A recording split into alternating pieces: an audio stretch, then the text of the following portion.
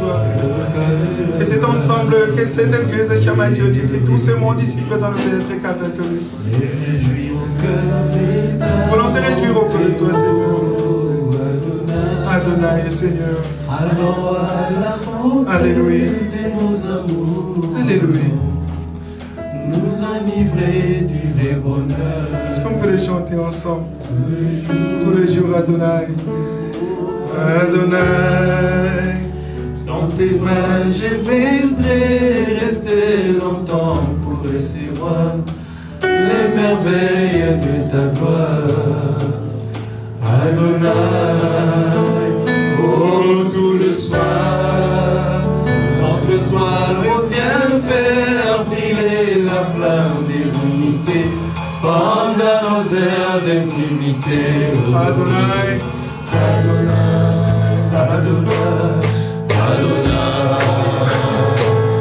sois le maître de mon cœur. Adonai, c'est bien-être qui demeure. Adonai, sous ton nom je m'établis. Adonai, sous ta main je m'accomplis. Adonai, rêve du monde à tout le fond. Adonai, le plus grand de tous les temps. Adonai, le Seigneur voulait en nous, dans cet torrent d'amour, au parfum qui nous entoure. Est-ce que nous pouvons nous lever ensemble et chanter Adonai?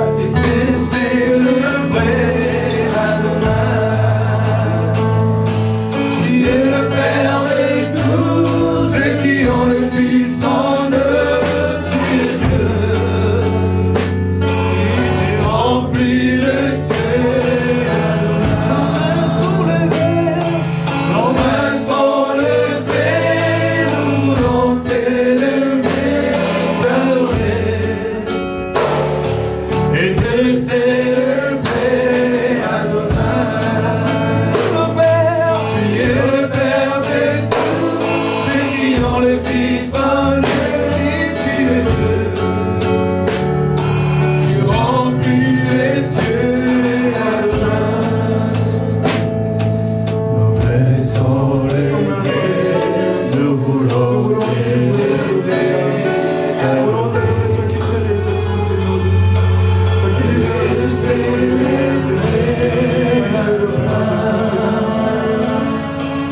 tu es le Père de tous ceux qui ont le Fils en eux. Tu es Dieu. Tu remplis le ciel. Reçois l'adoration.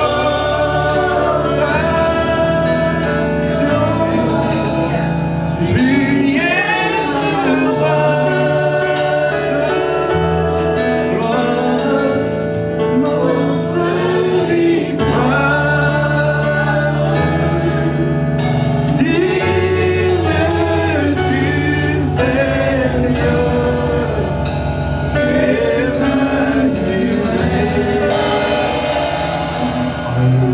Merci, ton nom, c'est Emmanuel. Merci. Encore une fois, nos mains sont levées. Nos mains sont levées, nous voulons t'élever, adorer et célébrer, Adonai. Tu es le Père de tous ceux qui ont le Fils en eux. Tu es Dieu. Tu remplis le ciel.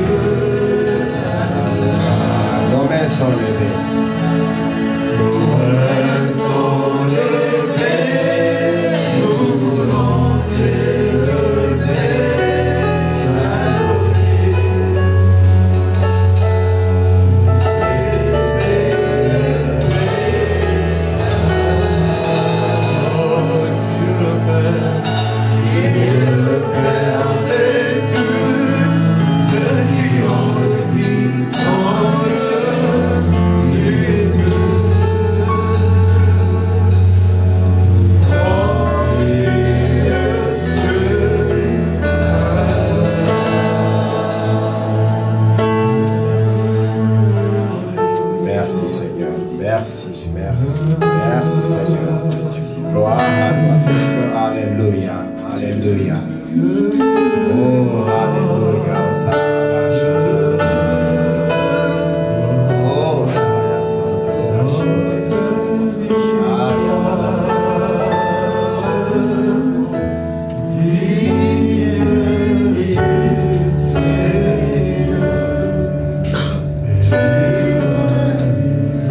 merci Seigneur parce que ton nom c'est Emmanuel. Gloire à toi Seigneur.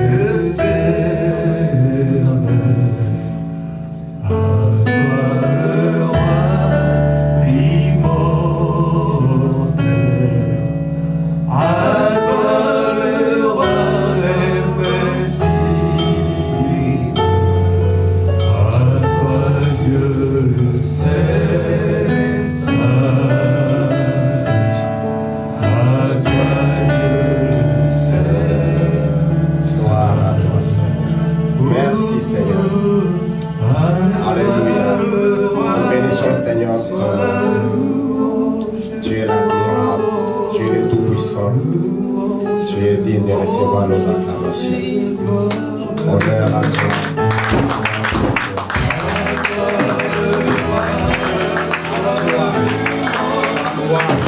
Honneur et gloire.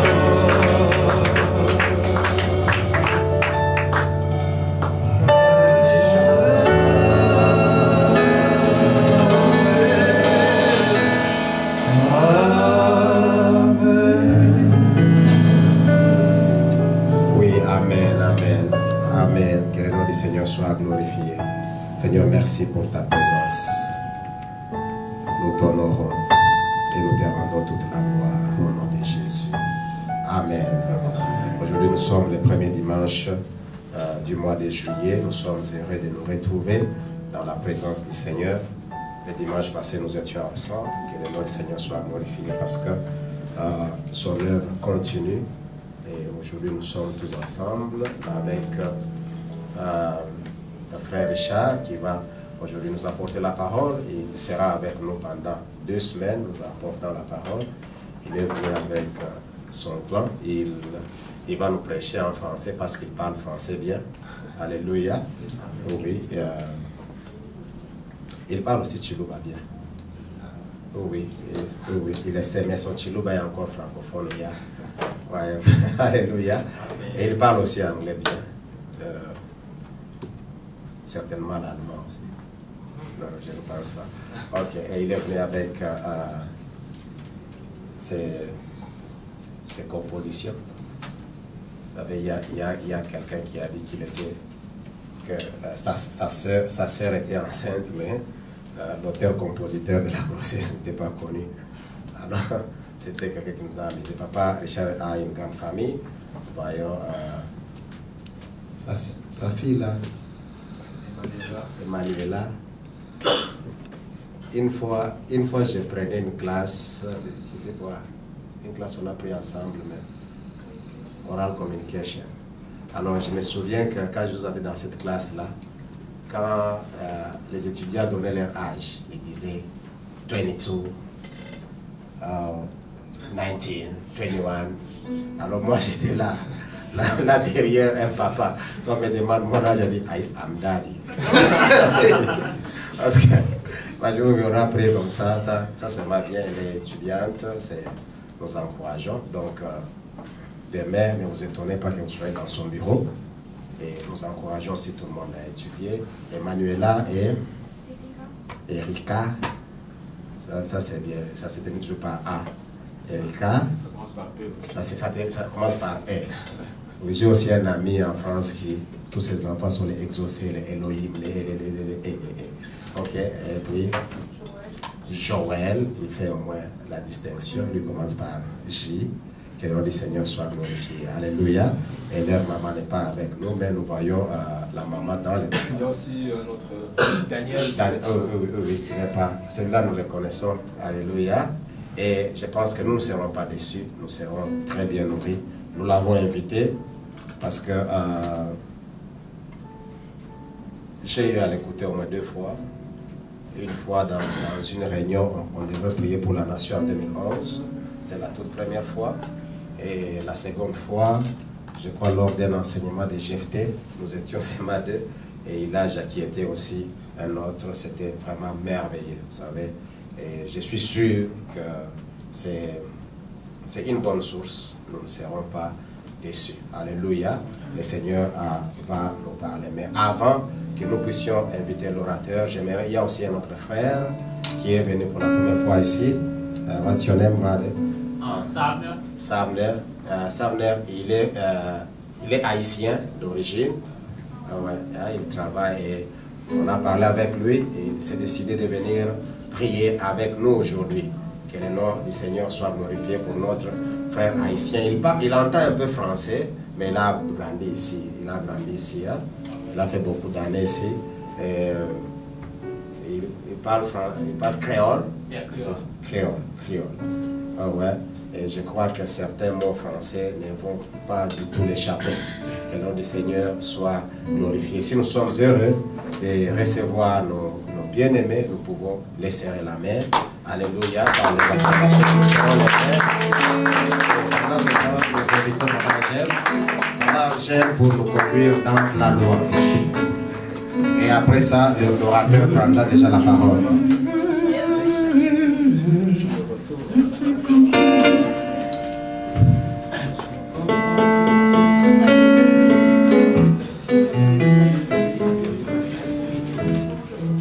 Alléluia. Alléluia, que le Seigneur soit glorifié. Maman Angèle nous conduit dans la louange et Papa Richard, vous êtes libre et prenez la parole tout de suite après la louange. Alléluia.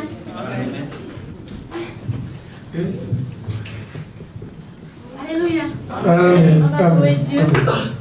On va bénir Dieu aujourd'hui et que son nom soit glorifié. On va danser un peu. Les gens du monde dansent. Donc nous aussi on peut danser. Amen. On peut se... Alléluia. Hey. Amen. Hey, hey, hey. Amen.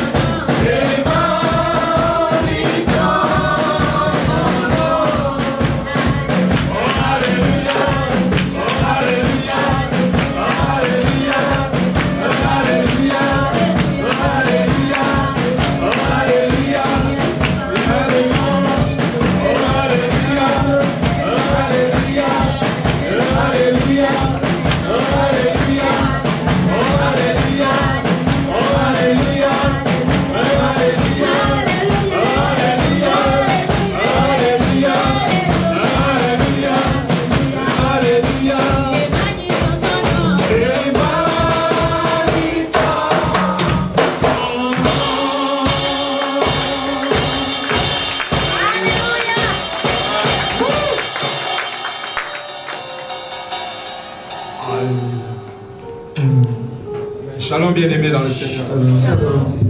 C'est toujours un grand plaisir d'être au milieu de nous. Est-ce que le micro, vous m'entendez? Oui.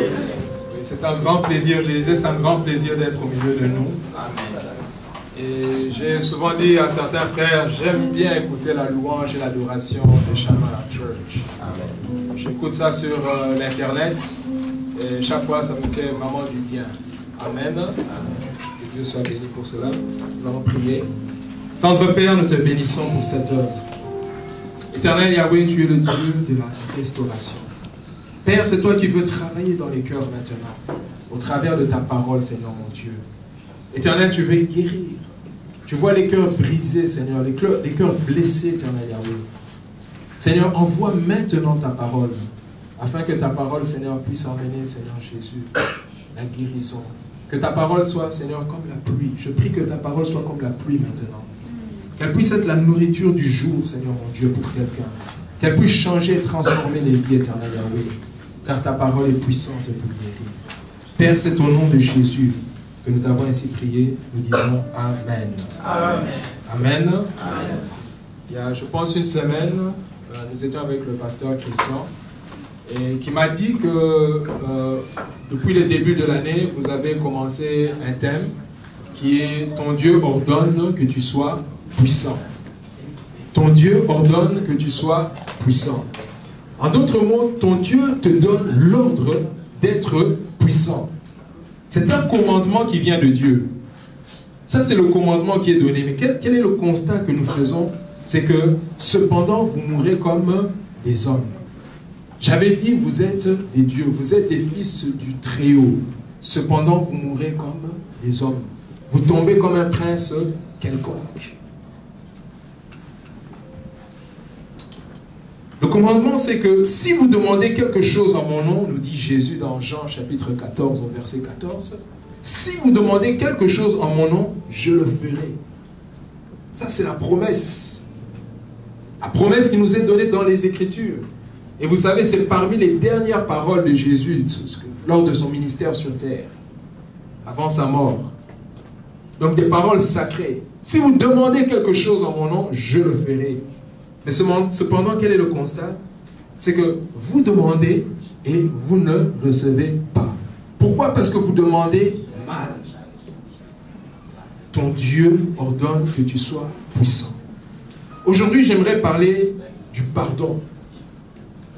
Quelqu'un me dira, mais frère, qu'est-ce que le pardon a à voir avec la puissance? Le pardon est une puissance qui libère. Alléluia. C'est pourquoi tu dois pardonner. Et la Bible nous dit pas seulement pardonner, mais pardonner de tout ton cœur. Parce qu'il y a moyen de pardonner du bout des lèvres. Et le Seigneur nous exhorte à pardonner de tout notre cœur. Le but de ce message, c'est de nous pousser à pardonner réellement. À pardonner de tout notre cœur. La Bible dit que ce peuple m'honore des lèvres, mais son cœur est loin de moi. C'est pourquoi tu dois revenir à ces choses élémentaires. Le pardon. J'aimerais parler de savoir pardonner. Peut-être que demander pardon, ce sera un autre thème, ce sera un autre jour. Mais aujourd'hui, je voudrais parler d'une seule chose. Savoir pardonner. Ensemble, nous allons lire dans Matthieu chapitre 18. Je lirai à partir du verset 21 jusqu'au verset 35. Et c'est une parabole. Dans ma Bible, il est intitulé « La parabole du serviteur impitoyable ».